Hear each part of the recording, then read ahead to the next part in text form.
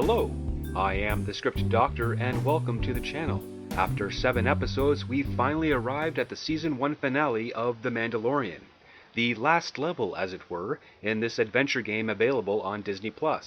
Unlike the middle set of episodes this season, this final episode picks up right where the previous one left off.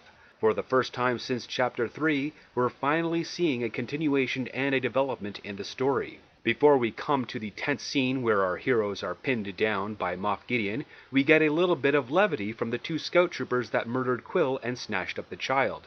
Instead of making their way into town to deliver the child, they stop outside and wait for authorization orders to enter, which is a big contradiction to the goals of this Imperial remnant. The entire reason our heroes are pinned down is because Moff Gideon believes them to have the child he wants. Yet, the irony here is that his men have the child, and should be bringing it to him, but instead for reasons they wait outside of town. Due to this action, I am now about 10 minutes ahead of this episode because now I know that IG-11 will show up to rescue the kid, and the last thing you want from your audience is to make them wait. Waiting appears to be the theme of this episode. The 2 scout troopers are essentially waiting for Gideon. I wonder if Samuel Beckett is rolling in his grave. Anyway, Vladimir and Estragon are chilling outside the town, talking about the child, doing anything they can to pass the time. The exchange between these two is well written. Each character has a goal and a conflict. Vladimir is impatient and wants to turn in the child and be done with it. Estragon is curious and bored and wants to see the child while they wait for clearance. They won't go into town without clearance for fear of being executed like the battalion from the previous chapter. The characters' choices and actions make sense within the context. It's just a shame that the context doesn't make sense within the story. They occupy their time with some banter and then attempt to shoot a can a few yards away, but miss. Which begs the question, if these 2 scout troopers are terrible shots, how are they able to take out Quill? Was Quill trying to dodge the fire and did so in such a poor manner that he moved in the path of a blaster bolt? It's incredibly inconsistent and deflates the threat of the Imperials. What we have here is a fan-made joke being incorporated into the lore of Star Wars just to make another one-off joke. Stormtroopers are canonically very good shots. Leia gets hit by them twice in the film series. If you want to make a consistent and accurate joke about stormtroopers, do so regarding their armor being absolutely useless. One blaster bolt takes them down. It doesn't deflect, it doesn't absorb. They don't keep fighting after being shot once, and the joke would also be canonical. Aside from the jokes shooting themselves in the foot, the exchange works, but only on its own. Had this been a sequel sketch to the fan film Troops, I could get on board. But in tone, it doesn't fit in well with the rest of the episode, let alone the rest of the series. When the IG-11 finally arrives, he dispatches Vladimir and Estragon quickly and instead of returning to the ship, has chosen to take the child he's programmed to protect and enter the town swarming with troops. While we wait for the IG-11 to arrive, Moff Gideon reveals to our heroes that he knows more about them than they know about him. Bum bum bum.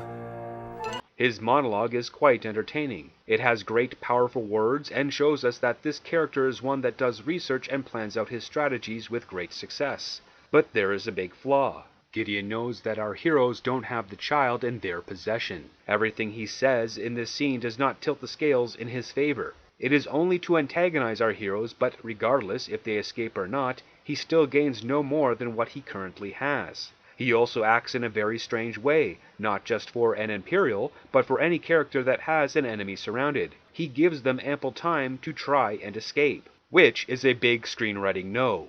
You never, ever make things easier for your heroes. Why give your enemies anything when they're surrounded? He's not lying to them about giving them time and secretly having a squad of troops sneak in from the back or from that durable sewer grate. He's just doing it to essentially give us more time with these characters in what was once a tense situation, but now they've got hours to act? It's another story beat that reinforces the episode's waiting theme. Once Gideon finishes, he casually walks away. One would think, now that he's done antagonizing our heroes, a trooper or officer would inform Gideon that the 2 scout troopers have the asset. After all, they don't know that the IG-11 has taken out Vladimir and Estragon at this point. So wouldn't Gideon be pleased by this news, and order the scouts to enter town while he withdraws his men? It's essentially mission accomplished at this point from their perspective, yet that doesn't happen. Instead, our heroes are left to try and make an escape from the tavern. Granted, they are operating under a ticking clock, and while ticking clocks are a great story device to raise stakes and increase urgency, compared to where they were before Gideon gave them that time frame, they were surrounded by troops that were a simple order away from storming the tavern and taking everyone out. Essentially, the writers have de-escalated the situation we originally had at the start of the episode. What we get in its place is a little bit of exposition about our heroes, followed by some details about Moff Gideon. That transitions to a longer flashback scene of the Mandalorian as a child trying to hide from the battle droids attacking his home and killing his parents. He is rescued by a squadron of Mandalorian warriors and is brought into their world. It's a very drawn-out scene. In my opinion, it goes a little longer than it should. However, it does give us some more context to the character of the Mandalorian. He was saved from a droid about to kill him, and at the start of this series, he saved the child from a droid that was about to kill it. He appears to be paying it forward under the Mandalorian creed. Once that backstory is revealed, the Mandalorian reaches out to Quill again, only to learn from the IG-11 unit that Quill is dead and that he's fulfilling his mission to nurse and protect. Apparently, the droid thinks that entails bringing a defenseless child into a military-occupied village. What happens next is an entertaining set piece where the IG-11 goes up against 100 or so stormtroopers, doing some considerable damage and allowing our heroes to engage in the battle. The troopers breach the tavern by blowing up the door, pinning Cara down until she manages to take out those troopers and come to the aid of Karga and the Mandalorian. As it looks like the tide is turning in their favor, Moff Gideon returns, shoots out a generator, and the explosion forces our heroes to retreat to the tavern. The Mandalorian is not doing well and Cara carries him to safety. However, when they get inside the tavern, they lock the door, the very door that was blown up a moment ago. Yeah, it looks like someone forgot something while filming. While the IG-11 unit cuts through the sewer grate, Cara encourages the Mandalorian to stay awake and pull through, but he knows he's critically injured and asks Cara to take care of the child. He hands over a necklace of his clan symbol to her and gives her instructions to follow when she finds the other Mandalorians. Gideon sends in a stormtrooper armed with a flamethrower. As the IG-11 unit still needs a few more minutes on the grate, there is not much our heroes can do when the trooper enters the tavern. Of course, the IG unit could stop cutting the grate, turn around and open fire at the doorway to hold off the trooper. Greef Karga or Cara could also do the same to buy a little more time for the IG unit to cut through the grate. But while that would be more practical, it wouldn't be as dramatic as another option. As the flames draw closer, the child raises his hands and using the force stops the fire and sends it back to the trooper, knocking him out of the tavern. It's a cool visual. Fun. Has that air of mysticism, but a little convoluted. The situation wasn't framed as a hopeless one as it could be. Had Cara or Karga been knocked out or otherwise occupied with survival from other troopers, and this flamethrower trooper flanked our heroes, then we'd have a more convincing situation to justify the child's actions. You could also expand that force power scene to knock down the other troopers that would be suppressing our heroes in what I framed. After stopping the trooper, the child passes out and is given to Cara as she and Greef enter the sewer. IG-11 stays with the Mandalorian. Here, the Mandalorian is hoping for the droid to finish him off, but the IG-11 refuses and instead wants to heal his head injury. The Mandalorian objects to having his helmet removed as no living thing can see him without it. But because the IG-11 isn't living, it's the exception to the rule, and so we get our first look at the Mandalorian's face. IG-11 uses a Bacta spray which will heal the Mandalorian's injuries in a matter of hours. Now, while Bacta is a thing used in the original trilogy, it was hardly something that would be this effective over such a short time. What we have here is a meaningless distraction. Our hero is hurt, about to die only to be saved before the scene ends. We don't get any time to explore the weight of this conflict. Cara doesn't want to leave him behind. She expresses some elevated drama and care towards the Mandalorian that doesn't feel consistent or earned at this point, but that has more to do with the constrained episode length. Once healed, the IG-11 unit takes him to the tunnels where they meet up with the others.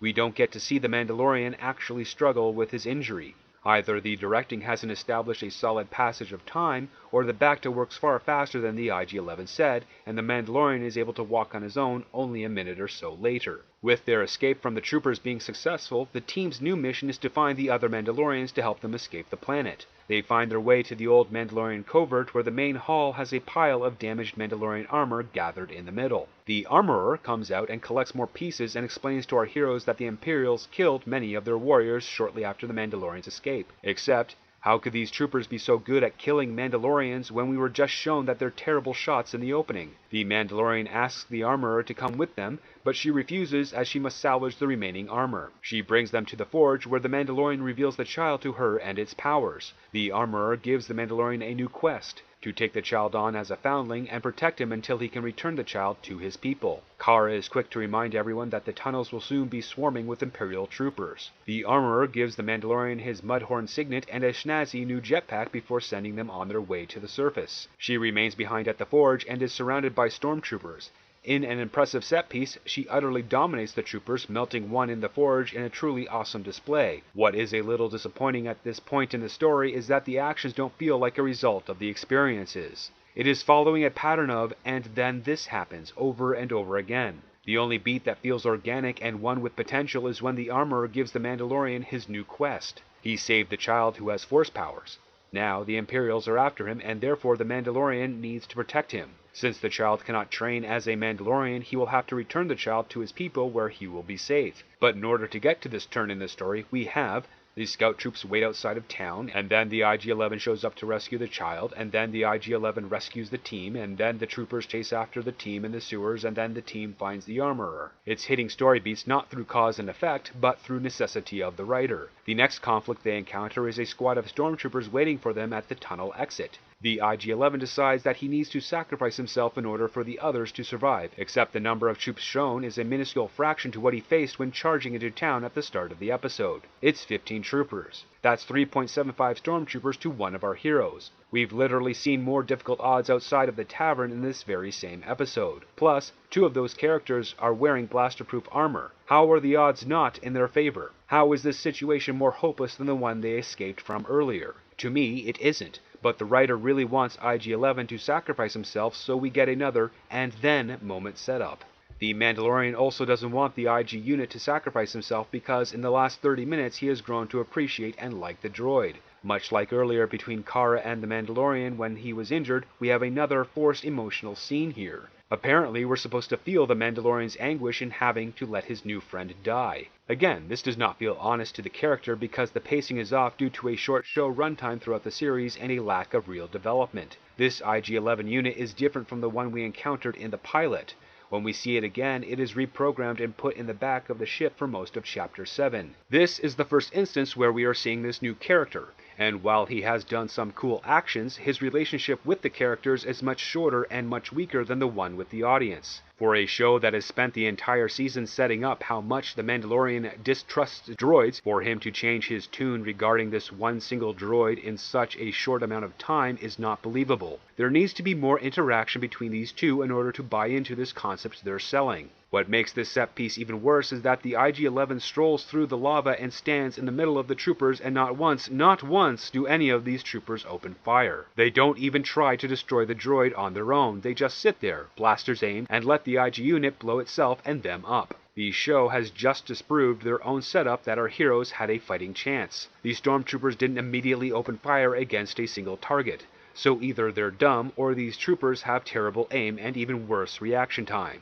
As the remaining heroes emerge from the cave, Moff Gideon in his TIE fighter circles around and opens fire on the team. The Mandalorian takes his new jetpack and flies after Gideon, blows up a strut on the TIE fighter and returns to his friends. It's a cool set piece, fun to see, but holds no weight or stakes because the established pattern of action we've seen thus far doesn't give me reason to doubt success. Sure, they may have lost one of the characters, but it was an unnecessary sacrifice. It wasn't a truly hopeless situation to justify such an action. Even after the Mandalorian takes out Gideon's TIE fighter, he asks if there are any more stormtroopers, and Cara states that they've cleaned up the town. So that was it. Those 15 troopers that the IG-11 unit blew up were the last of Gideon's troops on Navarro. What is frustrating is that this is one of the show's better episodes, mostly due to the fact that the plot actually develops and our heroes end up getting a clear and definitive goal: protect the child and find its people. We are still stuck in the mystery box regarding the plans Gideon has for the child, but since he survived and is in possession of the Darksaber, I'm sure we'll get more of him in the next season. The Mandalorian is a prime example of a great concept with a poor execution and bad structure. Here is a summary.